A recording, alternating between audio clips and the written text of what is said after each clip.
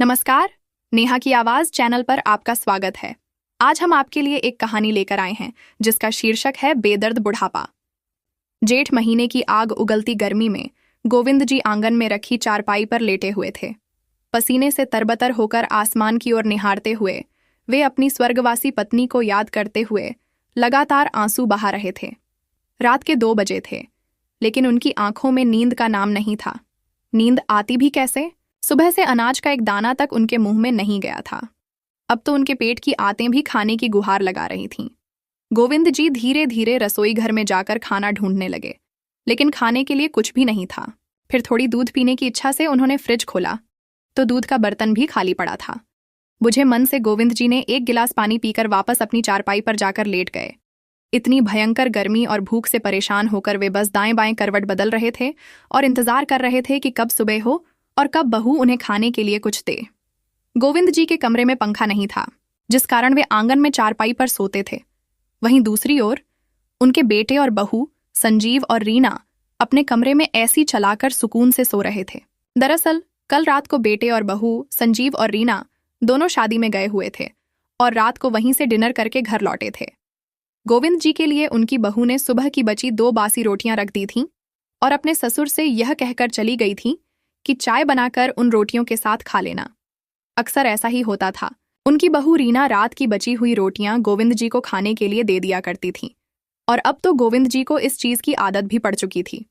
बहू के कहने पर उन्होंने चुपचाप हाँ में सिर हिला दिया और बेटा बहू शादी की दावत खाने चले गए।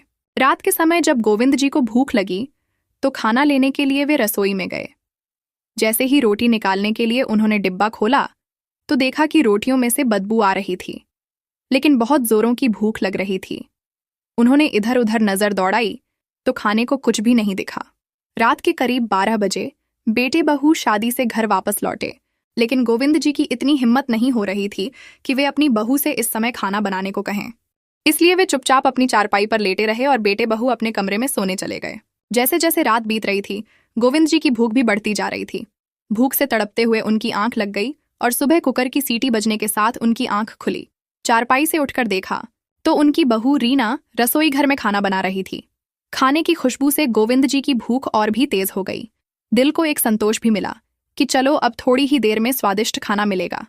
यह सोच ही रहे थे कि उसी समय उनके कानों में एक कड़कती हुई जोरदार आवाज आई और वे अंदर तक कांप गए।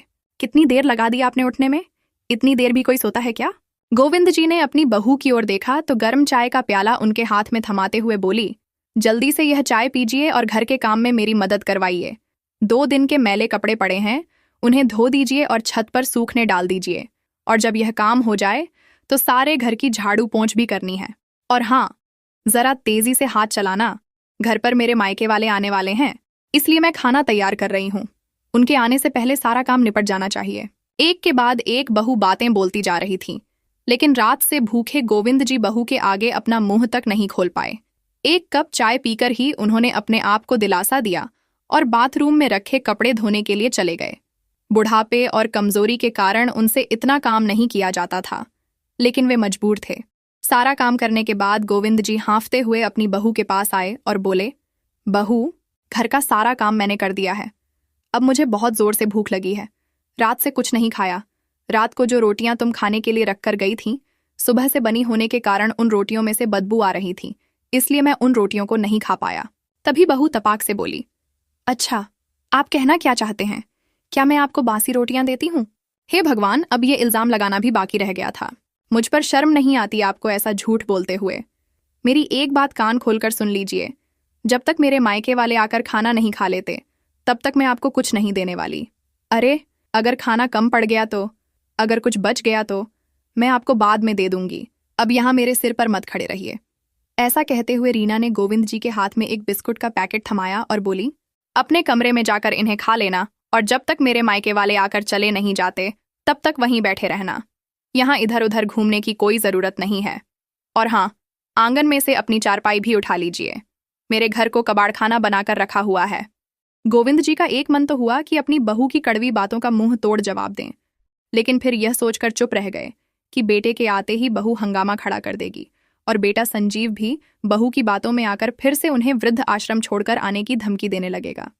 जब से बेटे की शादी हुई है उसे अपने बूढ़े बाप की तकलीफें नजर नहीं आती।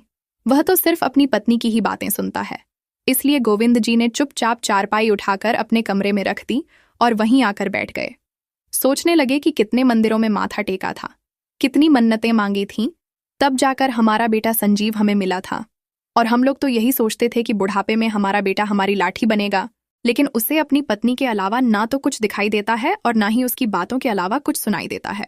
कभी एक पल भी निकालकर मेरे पास बैठकर इतना तक नहीं पूछता कि पिताजी, आपकी तबीयत कैसी है, खाना खाया या नहीं। अब तो जब भी मुंह से कुछ बोलता है बस आग ही उगलता है। बेटा बहू जब भी मुझसे बात करते हैं ऐसा लगता है जैसे वे मुझे अब भी खा जाएंगे। क्या कुछ नहीं किया मैंने अपने बेटे के लिए? मेरे पास सिर्फ 2 कमरों का घर और एक छोटी सी खिलौनों की दुकान थी, लेकिन मैंने सोच लिया था कि मैं अपने बेटे के लिए एक बड़ा कारोबार खड़ा करूंगा। इसलिए उसके बाद मैंने दुगनी मेहनत की और लगातार 10 साल की मेहनत से एक छोटी सी दुकान शोरूम में तब्दील हो गई।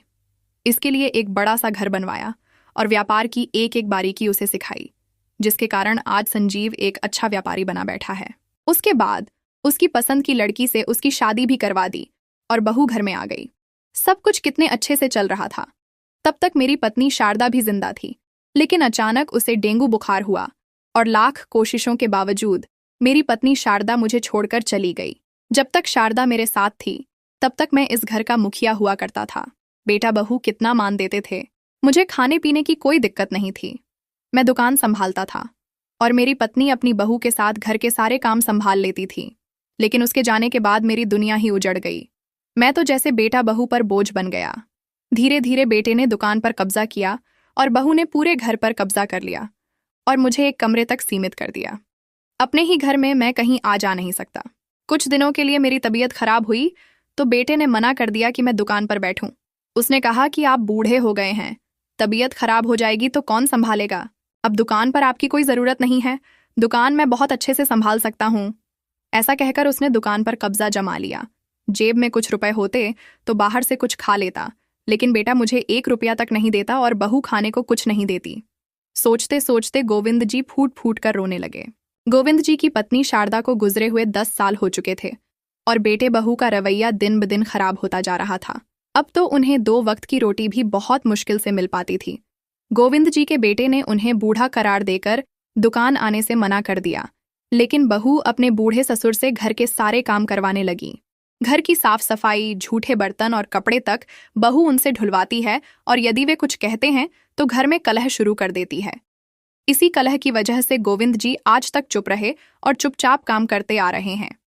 समय बीतने के साथ साथ उनके बेटे और बहू का व्यवहार बद से बदतर होता जा रहा था, लेकिन उन्हें इतनी भी दया नहीं आई कि उनकी उम्र बढ़ती जा रही है तो घर का इतना काम वे कैसे कर पाएंगे। गोविंद जी का एक पोता भी है जो इंजीनियरिंग की पढ़ाई के लिए विदेश चला गया। जब उनका पोता छोटा था तब गोविंद जी अक्सर उसके साथ खेलकूद किया करते थे और उनके पोते अजय को भी अपने दादाजी के साथ घूमना फिरना और खेलना बहुत अच्छा लगता था। अक्सर दादाजी उसे पार्क में घुमाने ले जाते थे, कभी बाजार में। दादा पोते में प्यार इतना था कि जब तक अजय अपने दादाजी से रात को कहानी नहीं सुन लेता था तब तक उसे नींद नहीं आती थी। स्कूल से आने के बाद भी अजय अपने स्कूल की सारी बातें अपने दादाजी के साथ साझा किया करता था। अजय बड़ा होकर इंजीनियर बनना चाहता था, इसलिए स्कूल खत्म होते ही माता पिता ने उसे पढ़ने के लिए ऑस्ट्रेलिया भेज दिया। और जब से अजय पढ़ाई के लिए ऑस्ट्रेलिया गया था तब से गोविंद जी बिल्कुल अकेले रह गए थे। अजय ही अपने दादाजी की दवाई और खाने पीने का ध्यान रखा करता था। अपने कमरे में बैठे गोविंद जी अतीत के पन्ने पलटते जा रहे थे। तभी अचानक दरवाजे की घंटी बजी और वे अपनी यादों के समुद्र से बाहर आ गए। वे समझ गए थे कि बहू के मायके वाले आ चुके हैं, लेकिन उन्हें बाहर निकलकर कुछ देखने की इजाजत नहीं थी। बाहर से हंसी ठिठोली की आवाज आ रही थी और जोर शोर से नाश्ता पानी भी चल रहा था। रात से भूखे गोविंद जी अपने कमरे में बैठे बैठे इंतजार कर रहे थे कि कब बहू के मायके वाले खाना खाएं तो उन्हें कुछ खाने को मिले। बहू के मायके वालों को आए हुए घंटे हो चुके थे। तब सब लोगों के लिए डाइनिंग टेबल पर खाना लगाया गया और सब उंगलियां चाट चाट कर खाना खाने लगे। उधर गोविंद जी पानी पीकर अपनी भूख मिटाने की नाकाम कोशिश कर रहे थे। अब तो पानी भी खत्म हो चुका था, इसलिए पानी लेने के लिए जैसे ही वह अपने कमरे से बाहर रसोई में गए तभी रसोई में खड़ी बहू की माँ बहू से बोली, अरे रीना, तू अपने ससुर से भी कुछ कामकाज करवाती है या नहीं? या दिन भर पड़े पड़े खाते ही रहते हैं? बहू ने जवाब दिया, नहीं माँ, आप भी कैसी बातें करती हैं। अब ये बूढ़े हो चुके हैं, ज्यादा नहीं, लेकिन थोड़ा बहुत कामकाज तो करवा लेती हूँ, नहीं तो बैठे बैठे मुफ्त में खाना थोड़ी खिलाऊंगी। बातें करते हुए दोनों हंसने लगीं और बाहर चली गईं। गोविंद जी रसोई में खड़े खड़े अपनी बहू और समधन की बातें सुन रहे थे। उनके शब्द गोविंद जी के दिल में तीर की तरह चुभ रहे थे और उनकी आंखों से आंसू बहते जा रहे थे। मन ही मन सोच रहे थे कि दिल तो करता है अभी बोल दूं कि मैं तुम लोगों की कमाई नहीं खा रहा, ये दुकान, ये बड़ा सा घर, सब कुछ मेरा खरीदा हुआ है। सोचते सोचते गोविंद जी के हाथ से पानी का गिलास गिर गया और रसोई में चारों ओर पानी फैल गया। गिलास गिरने की आवाज सुनकर बहू भागती हुई आई और रसोई में चारों ओर पानी गिरा देखकर जोर से चिल्लाते हुए बोली, आपको एक बात समझ नहीं आती? जब मैंने आपको रसोई में आने से मना किया था, फिर क्यों आए? रसोई पूरी गंदी कर दी। चलिए अब जल्दी से साफ कीजिए। बहू का इस तरह जोर जोर से चिल्लाना क्या कम था कि उनका बेटा भी पीछे से चिल्लाते हुए आया, पिताजी, जब रीना ने आपको यहाँ आने से मना किया था तो फिर रसोई घर में क्यों आए? अरे पूरे घर में इधर उधर घूमना क्या जरूरी है? एक जगह पर बैठा नहीं जाता, सारा मजा खराब कर दिया। ऐसा कहते हुए बेटा बहू पैर पटकते हुए चले गए। भूखे रहने का दर्द इतना नहीं था जितना अपने ही बच्चों से जिल्लत भरी बातें सुनने का दर्द था। आज गोविंद जी पूरी तरह से टूट चुके थे। भरी आंखों और कांपते हाथों के साथ उन्होंने रसोई साफ की और नजरें झुकाए अपने कमरे में चले गए और अपनी किस्मत पर फूट फूट कर रोने लगे। खाना खाने के बाद सभी लोग चले गए और गोविंद जी अब तक अपने खाने का इंतजार कर रहे थे कि बहू कुछ खाने को दे दें, लेकिन बहू तो रसोई बंद करके अपने कमरे में जाकर लेट गई। गोविंद जी ने बहू को आवाज देते हुए कहा, बेटा कुछ खाने को दे दो, बहुत भूख लगी है। तो बेटा बहू दोनों ही गुस्से से चिल्लाते हुए बोले, मेहमानों के सामने हमारी बेइज्जती कर दी, आज आपको खाने को कुछ नहीं मिलेगा। अगर चुपचाप इस घर में रहना है तो रहिए, नहीं तो इस घर से निकल जाइए, हमें आपकी कोई जरूरत नहीं है। अपने बेटे की यह बातें सुनकर गोविंद जी अंदर तक पूरी तरह से टूट चुके थे। उन्हें समझ में नहीं आ रहा था कि क्या करें, कहाँ जाएं, लेकिन अब यह अपमान भी उनकी बर्दाश्त से बाहर हो रहा था। बैठे बैठे उन्हें कुछ याद आया और उन्होंने अपना संदूक खोला। संदूक में उनके पुराने पर्स में कुछ पैसे रखे थे। वह पैसे निकालकर उन्होंने अपनी जेब में डाले और अपनी छड़ी उठाकर बाहर की ओर चल दिए। बेटे बहू ने उन्हें जाते हुए देखा, लेकिन किसी ने रोककर इतना भी नहीं पूछा कि पिताजी कहाँ जा रहे हैं। गोविंद जी की जेब में कुल मिलाकर 100 रुपए पड़े थे। चलते हुए वह सोचते जा रहे थे कि इन 100 रुपए से वे क्या कर सकते हैं। भूख भी बड़े जोर से लगी थी, इसीलिए उन्होंने सबसे पहले 50 रुपए से एक छोटे से ढाबे पर खाना खाया और पेट की भूख शांत की। गोविंद जी शुरू से ही एक सफल व्यापारी थे। वह बूढ़े जरूर हो चुके थे, लेकिन दिमाग अब भी बिजनेसमैन वाला ही था। बाकी के बचे 50 रुपए हाथ में लेकर सोचने लगे कि ऐसा क्या किया जाए जिससे भूखे पेट न सोना पड़े। बहुत सोच विचार करने के बाद उन्होंने बचे हुए पैसों से कुछ चिप्स के पैकेट खरीदे और एयरपोर्ट के बाहर जाकर आने जाने वालों को चिप्स बेचने के लिए खड़े हो गए। काफी देर तक चिप्स खरीदने के लिए कोई नहीं आया। गर्मी में खड़े खड़े वह पसीने से भीग रहे थे, लेकिन फिर भी उन्होंने हौसला बनाए रखा। धीरे धीरे उनके चिप्स के पैकेट बिकने लगे और शाम होने तक सारे चिप्स के पैकेट बिक गए और उन्हें 50 रुपए का फायदा भी हो गया। रात होने को थी तो घर लौटते हुए उन्होंने रास्ते में ढाबे से खाना खाया, क्योंकि उन्हें पता था कि घर पर बहू खाने को कुछ देने वाली नहीं है, इसलिए खाना खाकर वह घर लौट आए। अब हर रोज गोविंद जी ऐसा ही करने लगे।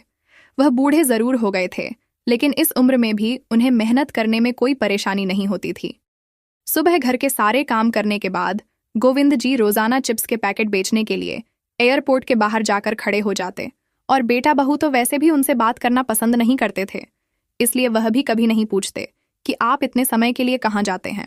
गोविंद जी के पास अपना खर्च करने के लिए कुछ पैसे इकट्ठा होने लगे और उन्हीं पैसों से वह भरपेट खाना भी खा लेते और कुछ पैसे बचा भी लेते। अब उन्हें हर छोटी मोटी चीज के लिए अपने बेटे बहू के आगे हाथ फैलाने की जरूरत नहीं पड़ती थी। ऐसा करते करते 8 महीने बीत गए। 8 महीने के बाद गोविंद जी के पोते अजय की पढ़ाई भी पूरी हो चुकी थी। अब वह अपने मम्मी पापा और दादाजी को सरप्राइज देने के लिए इंडिया वापस आ रहा था। फ्लाइट में बैठे बैठे मन ही मन सोच रहा था कि मुझे अचानक अपने सामने देखकर मेरे मम्मी पापा कितने खुश हो जाएंगे और दादाजी तो मुझे गले से लगा लेंगे। आखिर इतने सालों बाद वह अपने बेस्ट फ्रेंड से मिलेंगे। अजय के साथ उसका एक दोस्त भी इंडिया वापस आ रहा था। दोनों दोस्त आपस में बैठकर बातें कर रहे थे। अजय अपने दोस्त को अपने दादाजी के बारे में बता रहा था कि कैसे उसके विदेश जाने की बात सुनते ही उसके दादाजी की आंखों में आंसू आ गए थे और आज उसे अचानक अपने सामने देखकर उसके दादाजी की खुशी का तो ठिकाना ही नहीं रहेगा। जैसे ही अजय अपने दोस्त के साथ एयरपोर्ट से बाहर निकला तो वहीं गेट के बाहर उसके दादाजी बहुत से चिप्स के पैकेट हाथ में लिए बेच रहे थे और बार बार अपने रुमाल से अपना पसीना पोंछ रहे थे। उसी समय अजय के दोस्त ने उसे कहा, अजय, यह तो तुम्हारे दादाजी लग रहे हैं। वे दोनों गोविंद जी के पास गए और जब देखा तो अजय की आंखें फटी की फटी रह गईं क्योंकि वे सचमुच उसके दादाजी ही थे। दादाजी आने जाने वाले लोगों को चिप्स के पैकेट खरीदने की गुजारिश कर रहे थे। जैसे ही अजय उनके पास गया तो बिना देखे ही उन्होंने कहा, यह चिप्स खरीद लो बेटा, एक पैकेट 20 रुपए का है, बताओ कौन सा चाहिए। उसी समय अजय की आंखों से झरझर आंसू बहने लगे। भरे गले से अजय ने कहा, मुझे तो बस मेरे दादाजी चाहिए। अपने पोते की आवाज सुनकर गोविंद जी ने जैसे ही नजरें उठाईं तो सामने उनका पोता अजय खड़ा था। दोनों दादा पोता एक दूसरे से कसकर गले मिले और फूट फूट कर रोने लगे। पास में खड़ा अजय का दोस्त भी यह सारा दृश्य देख रहा था और उसकी आंखों से भी आंसू बह निकले। फिर अजय ने अपने दादाजी की ओर गौर से देखा। वह पहले से बहुत कमजोर हो चुके थे। उनके चेहरे को देखकर उसे ऐसा प्रतीत हुआ कि मानो उन पर वेदनाओं के पहाड़ टूट गए हों। भरे गले से अजय ने पूछा, दादाजी, लेकिन आप यहाँ ऐसी हालत में चिप्स क्यों बेच रहे हैं? इस उम्र में तो आपको आराम करना चाहिए। अब आपको चिप्स बेचने की क्या जरूरत पड़ गई? और मम्मी पापा कहाँ हैं? क्या उन्होंने आपको यह सब करने से मना नहीं किया? देखिए तो कितनी तेज गर्मी पड़ रही है और आप पसीने से पूरी तरह भीग चुके हैं। अगर आपको कुछ हो जाता तो मेरा क्या होता? पहले ही मैं अपनी दादी को खो चुका हूं। आज इतने दिनों बाद अपने पोते के मुंह से अपनापन और प्यार भरे शब्द सुनकर गोविंद जी फूट फूट कर रोने लगे। जैसे ही गोविंद जी ने अपने पोते को अपने ऊपर हुए अत्याचारों के बारे में सब कुछ बताया तो अजय के पैरों तले जमीन खिसक गई। उसका सिर चकराने लगा। आज तक वह अपने माता पिता को भगवान का दर्जा देता आया था, लेकिन उनकी करतूत सुनकर वह दंग रह गया। इंसान के भेष में कोई शैतानों वाली हरकत भी कर सकता है, उसे यह बात मालूम नहीं थी। लेकिन अब अजय ने ठान लिया था कि जिन लोगों ने उसके दादाजी के साथ जानवरों से भी बदतर व्यवहार किया है उन्हें वह सबक सिखाकर रहेगा। लेकिन सबसे पहले उसने अपने दादाजी को एक अच्छे होटल में लेकर गया और वहां उन्हें स्वादिष्ट खाना खिलाया। उसके बाद उस होटल में उनके लिए एक आरामदायक कमरा बुक करवा दिया और उनकी सभी जरूरत की चीजें उनके पास रखवा दीं। थोड़ी देर उनके साथ समय बिताया और फिर कहा, दादाजी, आप यहाँ आराम से रहिए। मैं बीच बीच में आकर आपसे मिलता रहूंगा। आपके लिए खाना वेटर कमरे में दे देगा। आपको कहीं जाने की जरूरत नहीं होगी। ऐसा कहकर अजय अपने घर की ओर चल दिया। जैसे ही अजय घर पहुंचा तो उसे सामने खड़ा देखकर उसकी माँ बहुत खुश हो गई और बोली, अरे बेटा, तुमने बताया नहीं कि तुम भारत वापस आ रहे हो। हमें बताते तो हम तुम्हारे स्वागत की अच्छी तैयारी कर लेते। फिर अजय ने अपनी माँ की आंखों में आंखें डालते हुए गंभीर स्वर में कहा, लेकिन अगर मैं पहले बता देता तो मैं वह सब कैसे देखता जो मैंने आज अपनी आंखों से देखा है। तभी रीना जल्दी से अपने पति को आवाज लगाते हुए बोली, अजी, देखिए तो, हमारा बेटा आया है। कुछ ही सालों में कितना बड़ा हो गया है। आंखों में खुशी के आंसू लिए जैसे ही रीना अपने बेटे को गले लगाने लगी तभी अजय ने अपनी माँ का हाथ पीछे झटक दिया और कहा, माँ, पहले मुझे यह बताओ कि दादाजी कहाँ हैं? वह घर में नजर क्यों नहीं आ रहे? ऐसा कहते हुए अजय अपने दादाजी के कमरे में चला गया, लेकिन दादाजी वहां नहीं थे। यह उसे भी मालूम था। वह बस अपने माता पिता के सामने नाटक कर रहा था।